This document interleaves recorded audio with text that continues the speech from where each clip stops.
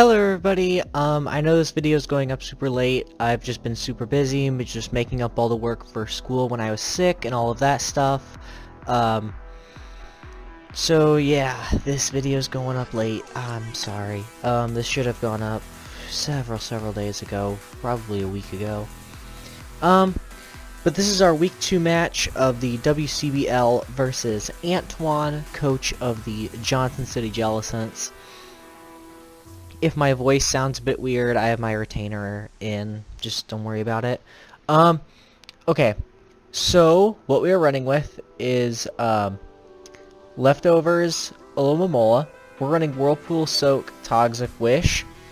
This beats his Toxapex 1v1. It beats his Celesteela 1v1. And it beats all his other walls. This is, like, I match up really bad against this team. Whether it's Hoopa Unbound, whether it's all of his walls, I match up super, like, I do not match up well at all versus his team. This is my best way of dealing with all of his bulk. And he has a lot of bulk. So yeah, Whirlpool traps, and then Soak turns it into a water type so that I'm able to Toxic it. That's for the Steel and the Poison types. EV spreads are a little bit different. Like, these were not the exact EV spreads, but I accidentally deleted the team, so I just quickly rebuilt it. I just clicked the default EV spreads. So the EV spreads are not exact, but they're close. Next up, we have our Misprep Chansey with Aromatherapy, Soft-Boiled, Toxic, Wish. This EV spread I know for a fact is correct, because this is the only EV spread you ever run on Chansey.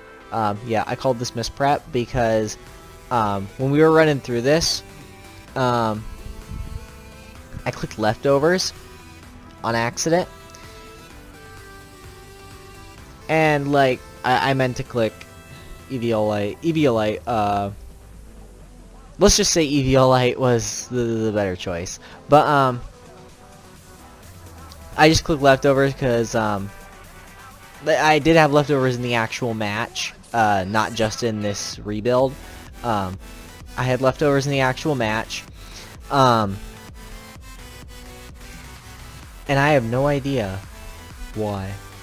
I have no idea. I really cannot fathom why I had Leftovers over a Violite. Next, we have our Life Orb Manchow with Reckless, High Jump Kick, Swords Dance, Taunt, Knockoff.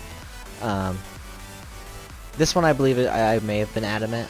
I don't know. Next up, we have our Mega Houndoom with Next Butt Flamethrower, Dark Pulse, Sludge Bomb specifically for the Audino, because before it Mega Evolves, I can't beat it at all, save for Mienshao, and then after it Mega Evolves, this is a way to beat it. Next up, we have Tomb World. I'm running Akaberry Anticipation again, just because, I mean, I'd like to scout for Fire Punch, or possibly fighting coverage on a Hoopa Unbound. We are running dual setup, not setup, hazards, dual hazards, with Toxic and Gyro Ball. And like I said, the EV spreads are all just jacked up at this point. Next up, we have our Specs Evangelate with Bug Buzz, Thunderbolt Switch. This last move was not Toxic. I forget what it was, but I never clicked it throughout the match, so I have no clue what it was. And so let's get right into the game. So as you can see, he decided to bring his Celesteela, his Toxapex, his Tangrowth, his Silvally, his Mega Audino, and his Hoopa Unbound. So except for the Silvally, pretty much everything I expected. I expected Kira instead of Silvally, but otherwise it's pretty much all what I expected. And going back to here, you may look and you may say, this guy doesn't have a lot for Hoopa. Well, here was my thought process. I thought, sweet, Galvantula outspeeds it. Specs, Bug Buzz, bye-bye. I can Volt Switch out if I have to. Plus I have my walls, all of which I believe had Toxic. 1, 2, 3. Yes, all of them had Toxic. So I felt fairly confident going into this versus the Hoopa Unbound. As you can see, the Hoopa Unbound is really his only form of offense on this team, besides maybe the Sovali. And Sovali with base 95 stats across the board, it's not too threatening. And I can adjust throughout the match depending on what type it was. But here we go. So I decided to lead with my Mienshao, and he leads with his Audino. So I led Mienshao thinking he was going to lead. I mean, Mienshao was kind of just a really good lead. Because here's the thing. I didn't bring Blastoise. So I have zero, nada, zero, nothing, no hazard removal at all. And so he has a Toxapex, so I'm thinking, oh, he's probably going to try and hazard stack, or he's going to have hazards to some degree. Mienshao sort of covered all of the hazard options that he had. Like, Toxapex, I did decent damage to that. I think that's actually the only hazard he brought. Unless Silvally gets hazards. Plus, because of my speed, I outsped everything on his team. I felt comfortable. I mean, if he like, this was a really good lead on everything except for the Audino. And look, he led Audino. So I'm going to go out into my Ferrothorn. That's my best check to it. It does absolutely nothing to me. And seeing as how it has Draining Kiss as its primary form of offense, I feel pretty safe leaving my Ferrothorn in right here. And he goes straight out and does Celesteela. Now, I don't get any anticipation warning or anything, so I know he does not have Flamethrower. And Celesteela, I don't believe that gets any fighting coverage. So I'm going to go right out into my Mega Houndoom. Is my best way of dealing with the Celesteela, besides maybe the Galvantula. And he decides to give up his Leech Seed. So, this next turn, I decided just straight up Nasty Plot. One, I didn't knock out the Celesteela with the fire coverage that I had. I needed to be at +2 to knock it out. And going for a Nasty Plot here is really, really good in every single event that is besides switching into Toxapex.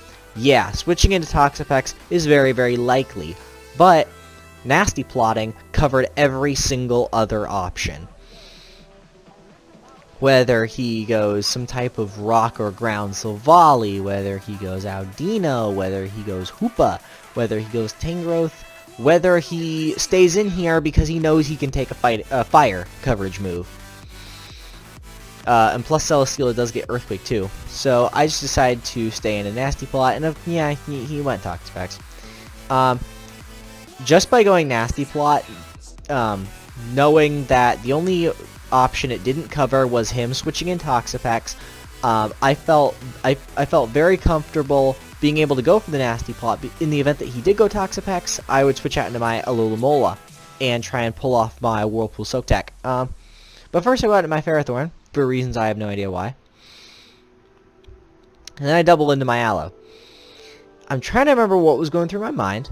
I think it was trying to bring out something else. I have no clue.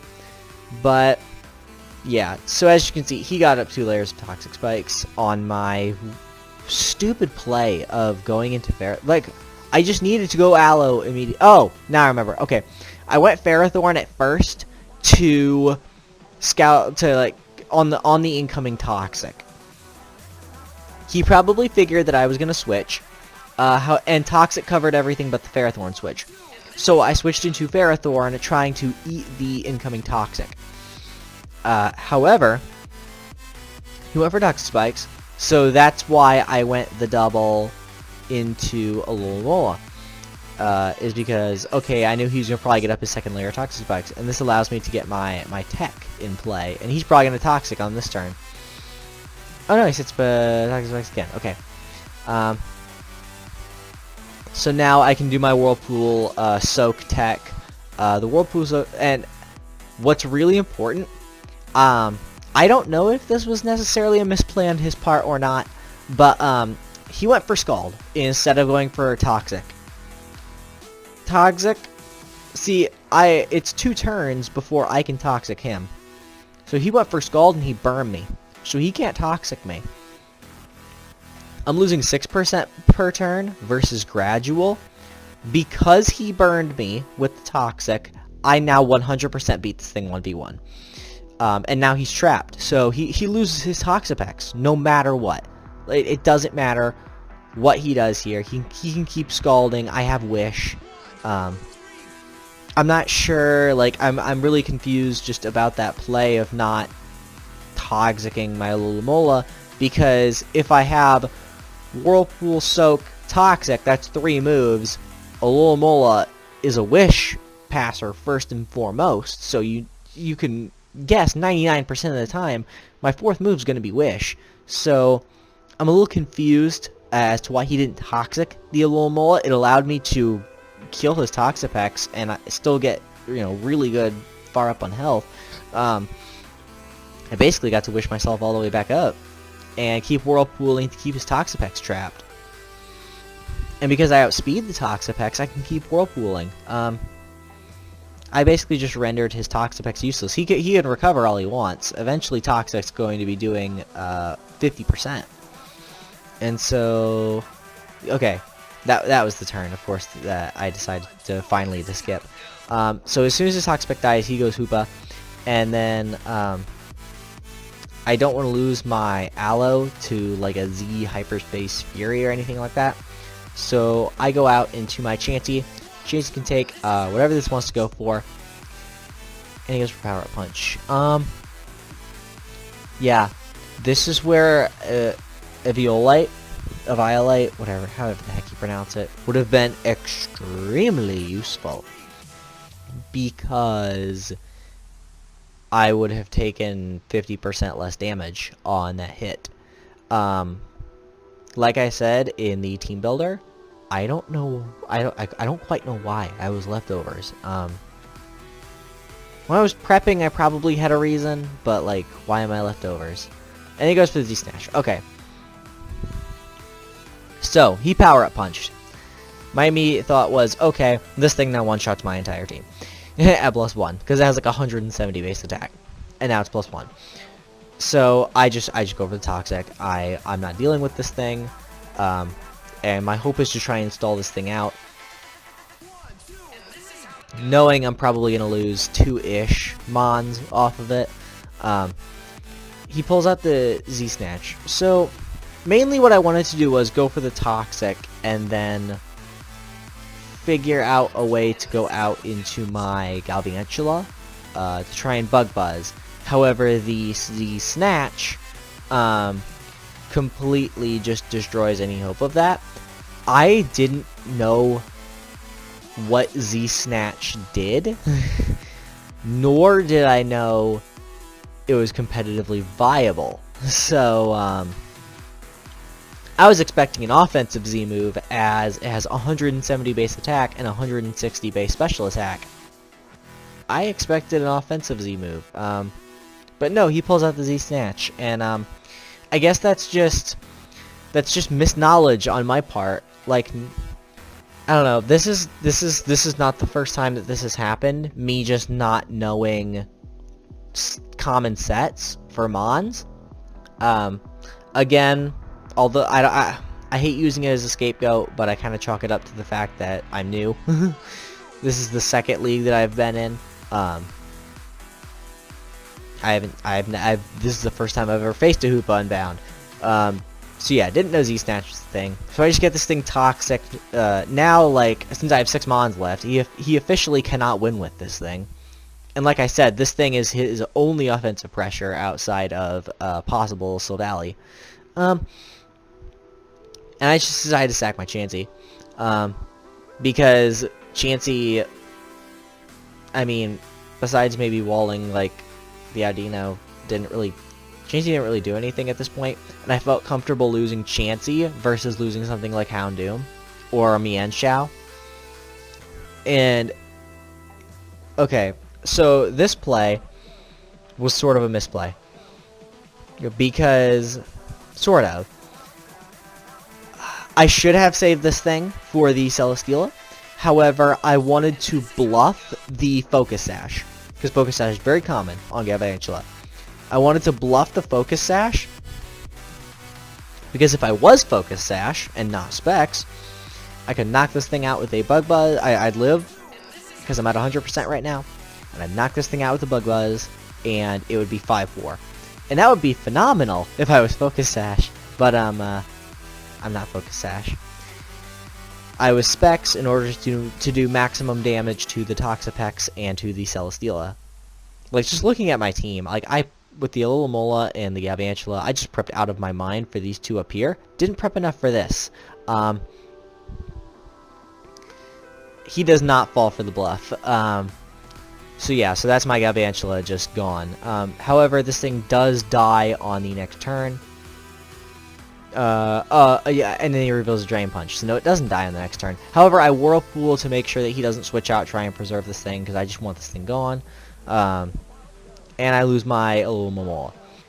Thank you, Chew, for your support. Joining at this point. But, losing my Alomomola, I can no longer compete with the Mega Audino when it comes to Wish Passing. So that was just poor on my part. But then again, looking at the rest of his team, I couldn't sack anything else. So I decided to let go of my Alomomola and decided to try and go for the win. Misplay numero, I don't even know at this point. I should have gone Ferrothorn right here. 100% I should have gone Ferrothorn. Because I went for the Mega Houndoom sweep right here, knowing that I had another win condition in Mienshao in the back.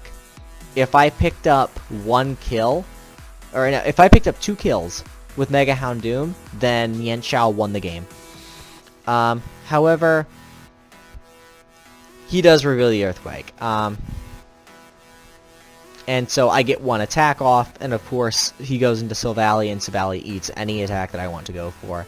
And I lose Mega Houndoom. So I needed 2 kills on the Mega Houndoom in order to ensure... I needed to kill half his team with Mega Houndoom to ensure that Mienshao could win the game. Because of the Toxic Spikes and because of the fact that I'm Life Orb. I failed to pick up even 1. So Mienshao has to pick up 4 kills, and I just have to do as much with my Ferrothorn as I can. I should have gone Ferrothorn. Like, I should not have gone Houndoom. I should have gone Ferrothorn to try and whittle his team as much as possible, because I have Toxic. The only one I can't touch is the Celesteela. I should have gone Ferrothorn. I think that play, along with just misprepping for the Hoopa in general, cost me this game. I do end up losing this game because Mienshao, because of Life Orb and because of Toxic Spikes, cannot pick up the necessary kills. Mienshao cannot pick up 4 kills. It wasn't possible. It was not possible. Yeah.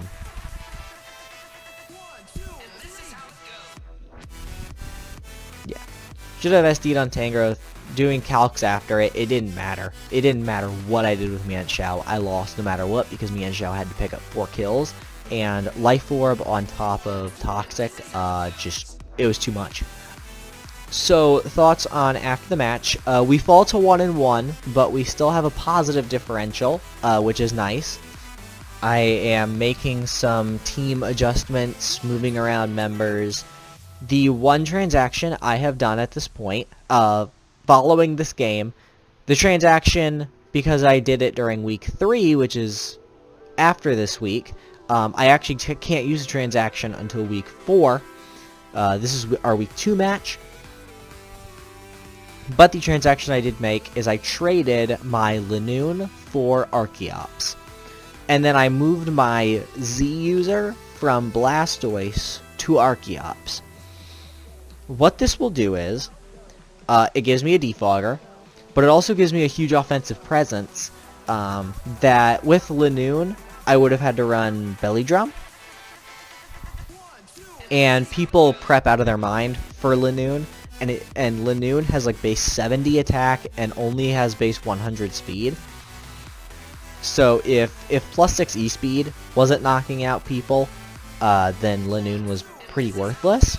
So I traded for Lanoon, and then 2 weeks later I traded again. I traded away. But we bring in Archeops, 115 speed defogger, with 140 base attack. That is a monstrous attack. And I move my Z user from Blastoise to Archeops to try and get this like major hit off before I get into defeatist range. But that is it for this video. Next week we play JT Rogue. He goes by 2 different names, so I'm like really confused. So when we talk in chat and stuff, I just go JT/Rogue. But whatever. And he currently, I believe, is 1-1. But he has a very, very scary team. He has a really, really balanced sand team that I also don't think my team matches up well against. Like, Alola has a pretty decent matchup. Like, they can't do a lot. He can't do a lot to Alola. But then again, Alola isn't offensive, so like my offensive pressure doesn't match up well versus him because he has a very bulky sand team. But that is it for this video. Thank you guys so much for watching, and I'll see you guys in the next video.